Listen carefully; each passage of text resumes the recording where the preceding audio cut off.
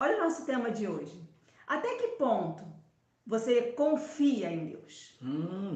É uma pergunta que a gente deve se fazer, porque nós que somos cristãos, a gente está sempre falando assim, não, eu confio em Deus, eu confio em Deus. Não, não importa as circunstâncias, eu confio em Deus. Essa já é uma confissão, amém por isso. Mas quando somos surpreendidos, quando pegos de surpresa, a gente baqueia, sabe?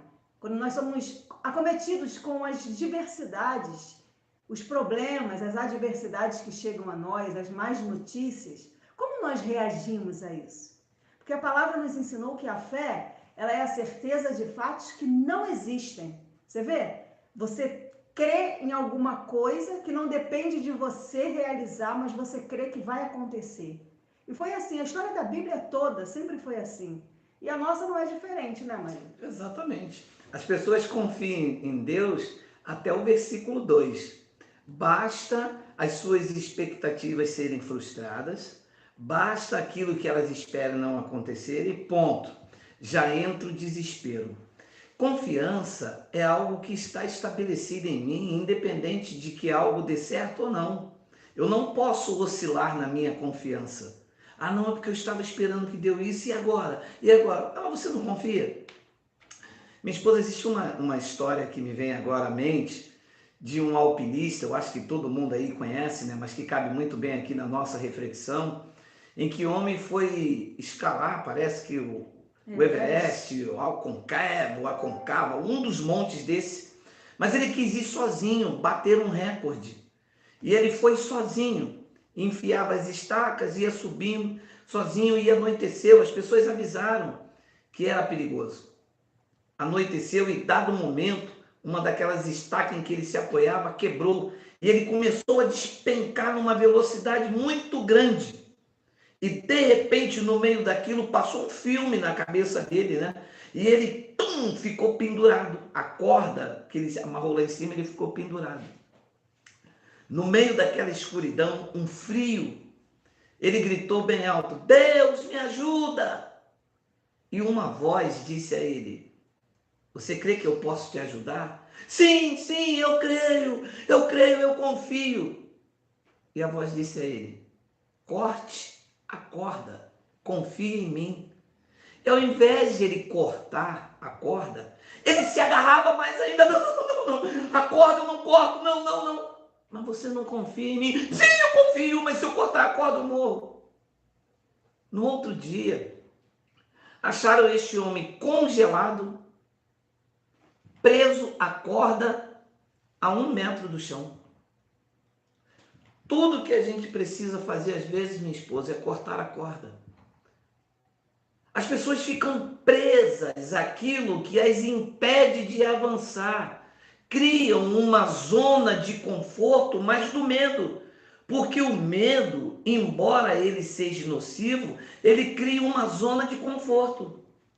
Você sabe da história em que Pedro e os discípulos estavam no meio de uma turbulência, no meio de um vendaval, e todos eles presos num barco indo a pique. Jesus disse: Vem, Pedro. Então, o que parecia ser uma zona de conforto, um local seguro, na verdade ia levar todo mundo à morte. Pedro ouviu a voz para vir, para cortar a corda.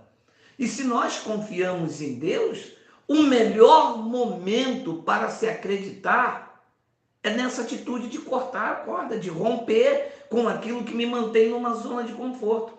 O salmista disse: os que confiam no Senhor são como o Monte Sião, que não se abala. Sabe o que Davi estava dizendo? Que sobre aquele monte vinha tempestade, vinha névoa, vinha chuva, vinha gelo, vinha tudo. E ele permaneceria ali inabalável. É o que Deus espera de mim e de você. No meio da turbulência, não é para você se desesperar, ir embora, falar que não vai fazer mais miojo para o marido. Isso pode isso. Não, e o interessante é que quando ele ouve a voz, né? E que nós muitas das vezes ouvimos essa voz também lá dentro de nós, porque como filhos, Deus ainda fala conosco, sabe? Há situações da nossa vida que a gente pensa, nossa, quão difícil será atravessar essa tempestade, como era para aqueles discípulos. Mas se você realmente não romper com algumas coisas, se você não ouvir mesmo, porque o máximo que poderia acontecer ali era ele dar crédito à voz, porque ele já ia morrer, ele já estava despencando. Era ele dar crédito à voz e cortar e talvez quebrar uma perna, um braço, se machucar, mas estaria vivo contando um milagre. Então, muitas das vezes, nós não contamos o nosso milagre porque nós não ouvimos, não damos ouvido a essa voz que fala lá dentro, sabe? Faz. Não, você não está só. Eu não te abandono, sabe? Essa voz que nos ativa a nossa fé, que faz com que a gente se encoraje diante das grandes lutas, porque é luta, amado. Nós temos visto aí documentários e reportagens e coisas que nos chocam. Quantas famílias atravessando fases muito difíceis e que se não for essa fé, meu amor, não consegue dar um passo, fica paralisado, sabe? Então, até que ponto você deve confiar em Deus? Eu sei que como seres humanos a gente fica em dúvida, sabe? De acordo com aquilo que a gente esteja vivendo, a gente se questiona, mas comigo? Por que eu? Por que a minha família? Por que o meu marido? Por que a minha esposa? Por que os meus filhos? Mas eu acho que esse é o grande desafio do cristão. É se lançar, é dar ouvido a essa voz, é saber que Deus, ele não muda, sabe? Ele permanece fiel às suas promessas. Então, quando ele disse que aqueles que confiam no Senhor são como um monte, você vê, pensa, analisa o tamanho de um monte. Gente, ele não se abala. Pode acontecer o que for, ele continua firme. Assim é o cristão que tem as suas bases firmes no Senhor, sabe? Ele até balança, ele estremece. Balança, mas não cai. Mas não cai. Ele fica firmado na rocha. Sabe o que acontece, o que está acontecendo? É que a graça, ela entra para alguns apenas no campo do intelecto. Na hora desta fé, no bom termo da palavra, ser provada, assim como o ouro que entra no fogo e sai de lá muito mais apurado, assim é a minha vida quando eu sou confrontado com a dificuldade. Então, quando eu vivo uma graça apenas no intelecto, aquela graça que é para mostrar que eu sei mais, que vira mais uma disputa, debates teológicos de grupos, de vai para o Facebook, discuta e refuta, sabe? Esta graça aqui, ela se faz até necessário, mas no confronto diário do combate, ela não tem efeito nenhum, porque ela entra apenas no campo do intelecto. Os combates e o pódio são para aqueles que vivem o sobrenatural de Deus, para aqueles que andam em linha com a palavra, num temor de Deus. Quando vem o combate, ele vence, porque ele sabe em quem tem crido. Paulo disse uma frase interessante: eu sei em quem eu tenho crido e estou certo de que ele é poderoso. O homem estava preso à corda. Para quem ia morrer, qual era o problema de entrar dentro de uma cova? Eu já tô morto. Então, nós estávamos aqui, antes de entrarmos aqui, perguntando até que ponto uma pessoa está disposto a confiar em Deus. Será que ela só está disposto quando tudo está bem, todo mundo com saúde? Eu confio em Deus. Não, eu sou uma pessoa de fé. Você sabe que Deus fez um desafio a Abraão. Na verdade, no sistema religioso eu pregava muito isso, um Deus de desafio. Deus fez um desafio a Abraão. Deus disse a Abraão: me dá o teu filho, o teu único filho. Esta palavra não entrou no campo teológico, da teologia, do entendimento. Esta palavra entrou no campo das emoções e Davi reagiu na confiança. Davi não, Abraão. Eu acredito que Abraão pensou como eu pensei em alguns momentos da minha vida. Ora, eu não tinha filho. Deus me deu. Deus disse que do meu filho ele iria fazer uma nação. Se ele está pedindo para me sacrificar meu filho, Deus é poderoso para ressuscitá-lo, porque ele não pode falhar. Toma! É tudo teu. Gente, você vê o nível de confiança desse homem? Deus disse: me dá o teu único filho. Isso não entrou aqui na teologia dizendo a fé existe, não existe, estou em lei, estou na graça, isto é de Deus, isto não é.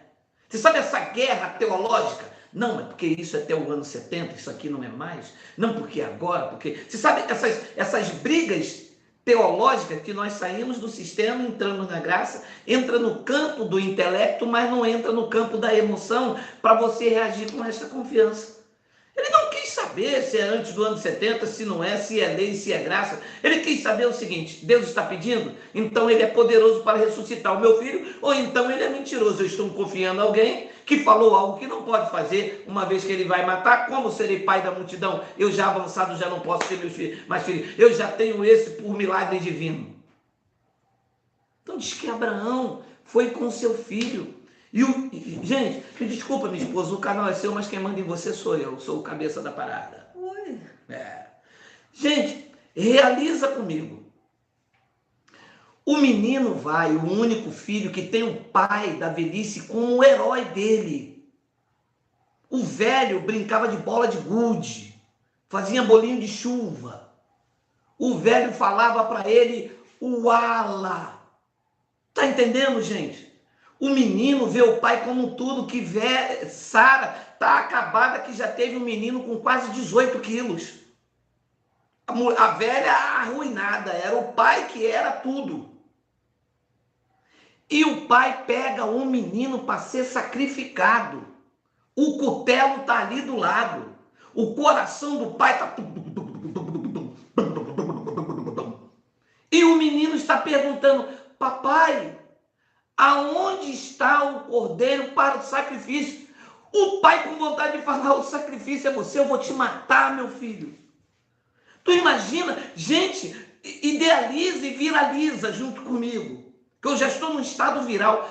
Amarrou o menino se batendo, e o pai velho, e o menino se bate daqui, Ouça, Abraão estava com desejo, estava disposto às últimas consequências para mostrar a ele mesmo que ele servia a Deus. E a voz disse: chega, agora eu sei que tu temes a Deus porque não me negaste o teu último filho. É a corda, é a tua última atitude, é a tua última bala no rifle, é a tua última gota de esperança. Não tem mais tempo para esperar mais nada. Estamos vivendo dias muito difíceis, e se não for essa ousadia, esta confiança acerca de você, você vai sucumbir, porque tudo é contrário. Uma má distribuição de renda, uma injustiça social. O governo está aí dando R$150 às famílias, alguns recebendo de forma que não necessitam, mas os que precisam estão recebendo 150, no máximo 300, para comprar um pedaço de carne que custa 20, 30, uma lata de leite.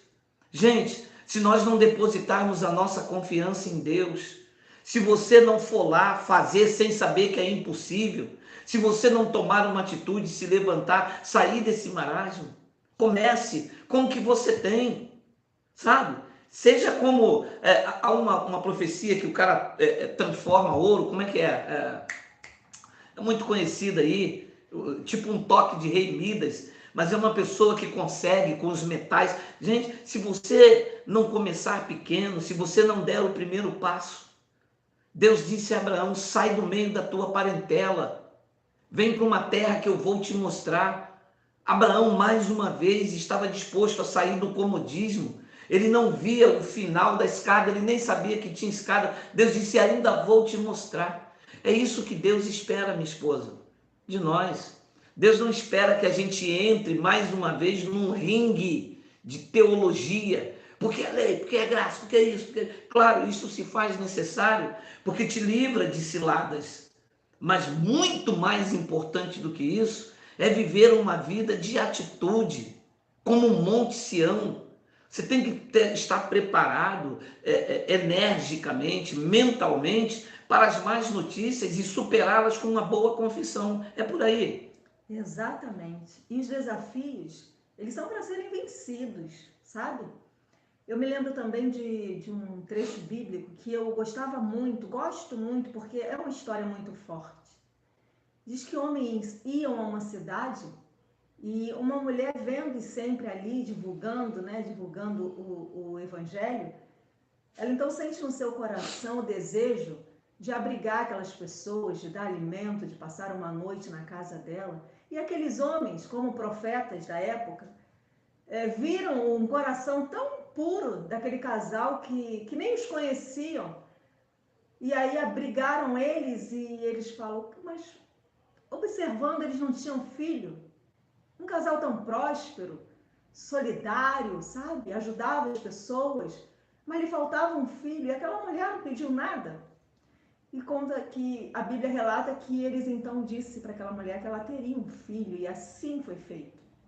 E dado um tempo, aquele filho morreu, do nada, do nada. E diz que aquela mulher, em silêncio, sabe? Porque ela cria, ela confiava no que Deus falou por meio daqueles profetas, da época de então. E ela então vai até eles, porque ela precisava de uma resposta. A Bíblia relata que durante o caminho ela ia, sabe? Confiando naquilo, porque era a única forma que ela tinha, amados. Era de confiar naquela palavra, daquele homem que ela tinha como homem de Deus. E hoje eu vejo que muitos perderam esse feeling, sabe? Essa intimidade. Essa coisa que o cristão tem que ter, que é a confiança em Deus. E no caminho, quando ela foi abordada e perguntaram para ela, está tudo bem? Ela, diante dessa confiança em Deus, ela falou, tudo vai bem. Sabe, ela foi lá questionar, ela foi lá perguntar. E aquele homem com fé, com intrepidez, diga a ela, o seu filho está vivo. Esse momento de confiança aqui, amados, ou você paga para ver e crê, e mete a cara, ou aquela mulher ia receber aquele filho morto, não ia questionar ninguém, não ia atrás do prejuízo, como a gente costuma dizer aqui no Rio, sabe? Não, porque tudo é vontade de Deus. Às vezes Deus permite algumas coisas para que você coloque a tua fé em prática, para que você avance, para que você cresça nesse entendimento, sabe? Você não pode ficar ali acuado diante das dificuldades, das lutas diárias que todos nós passamos. Você tem que reagir, você tem que persistir e você tem que entrar como vencedor, sabe? Aquele bom combate. Não, eu sei que isso aí é para me provar. Porque Deus, ele não muda. O nosso Deus, ele é bom em todo o tempo. Só que nós precisamos confiar nele. E muitas das vezes a gente, por desconfiar, por não ter segurança, a gente deixa de alcançar os benefícios. Verdade. Agora, minha esposa disse algo interessante, que quando o filho dessa mulher morreu, e ela no meio do caminho, antes de falar com o profeta, alguém perguntou, vai bem a tua casa? Vai bem o teu filho? Sabe o que ela respondeu? Tudo está bem. Sabe o que me chama a atenção aqui? É que ela não tinha que falar dos seus problemas com quem não dizia respeito. Se ela fala que está morta, aquela pessoa ia alterar o quê? Então, tudo está bem. Tudo está bem, embora esteja mal, a quem não diz respeito daquilo que eu estou passando. Não adianta eu abrir a minha guarda. Tem pessoas que vão esperar esse momento para tripudiar. Tem pessoas que estão torcendo para que dê errado. Tem pessoas que estão olhando para você, torcendo para que você não avance. Tem pessoas que estão torcendo que o nosso canal não seja um sucesso.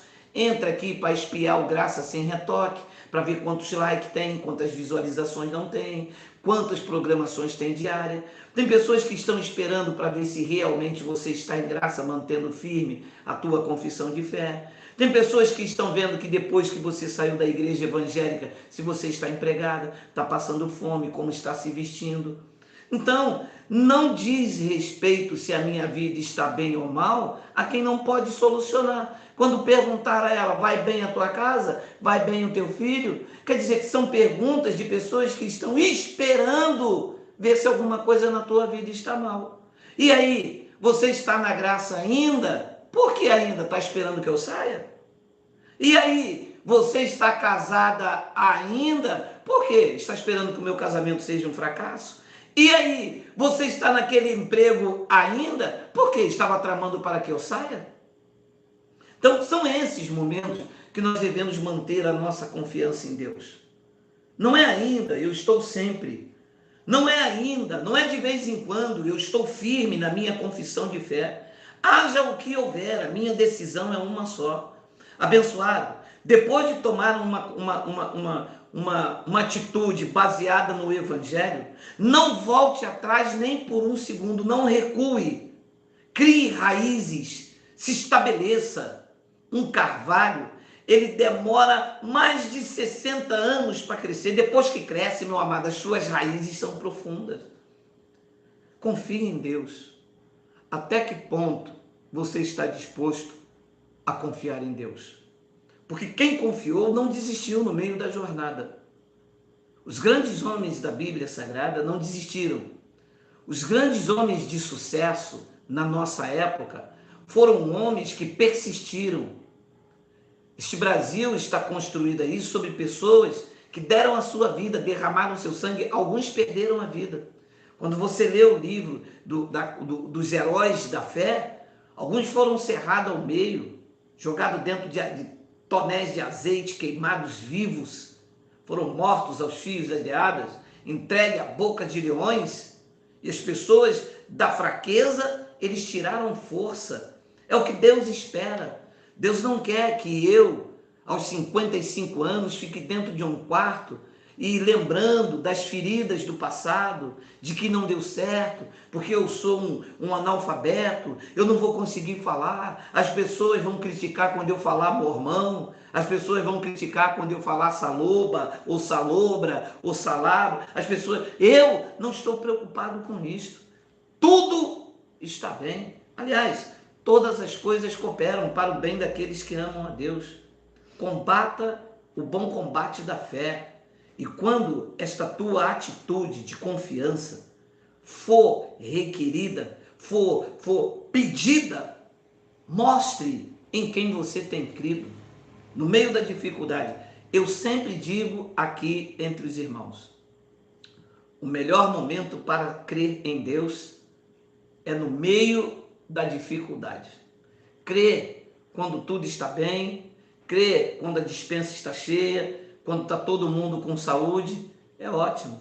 Crê quando a velha está tranquila, é ótimo. Eu tenho que crer, é no meio das dificuldades. Eu tenho que me lançar em Deus quando vem a escassez, quando vem o inverno. Eu tenho que me lançar no meio dos combates. Aí eu vou descobrir que quando eu sou fraco, então eu sou forte.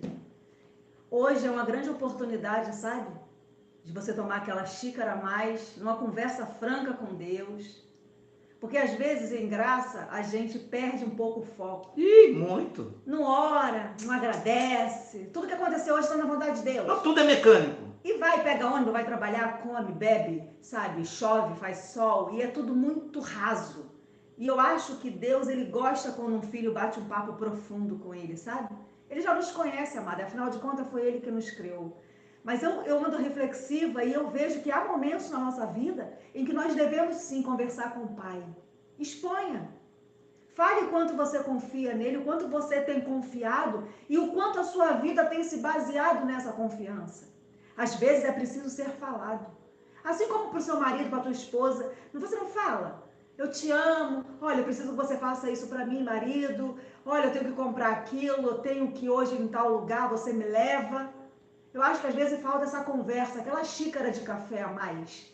Sabe, prorrogar esse papo. Senhor, muitas vezes as irmãs lá riem que eu falo, às vezes eu falo, Senhor, senta aí, toma mais essa xícara de café comigo, porque o negócio hoje está puxado. E às vezes é necessário esse bate-papo.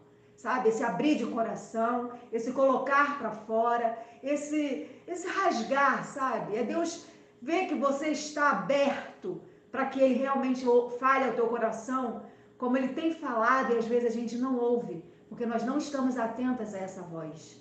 Deus fala conosco toda hora, todo dia. Ele está dentro de nós. E essa intimidade que nós não podemos perder, amados. Porque se você perde a intimidade com o teu marido, daqui a pouco vocês não se conhecem mais.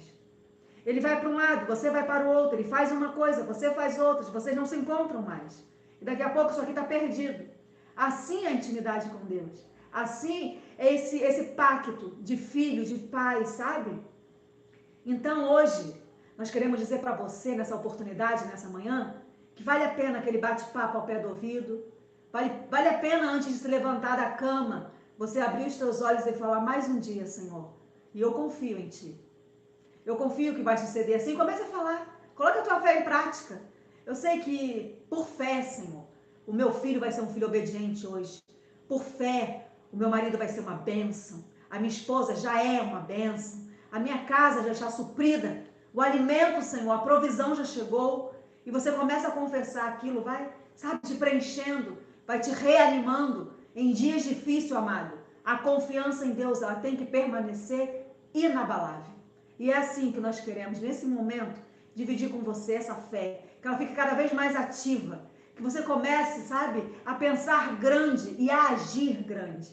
Porque às vezes não é só pensar, às vezes é colocar em prática, sabe? É confiar em Deus e meter o pé na porta.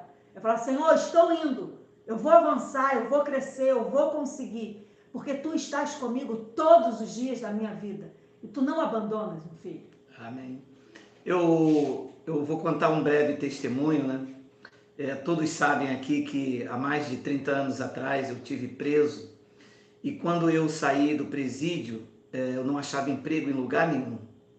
Não tinha uma profissão, tinha a 4ª série, ex-presidiário, negro, e aonde eu batia as portas se fechavam. E um dia tinha um serviço para mim de auxiliar de serviços gerais, e a vaga que tinha era para me limpar os banheiros de uma oficina mecânica, aquilo sujo de graxa, tudo.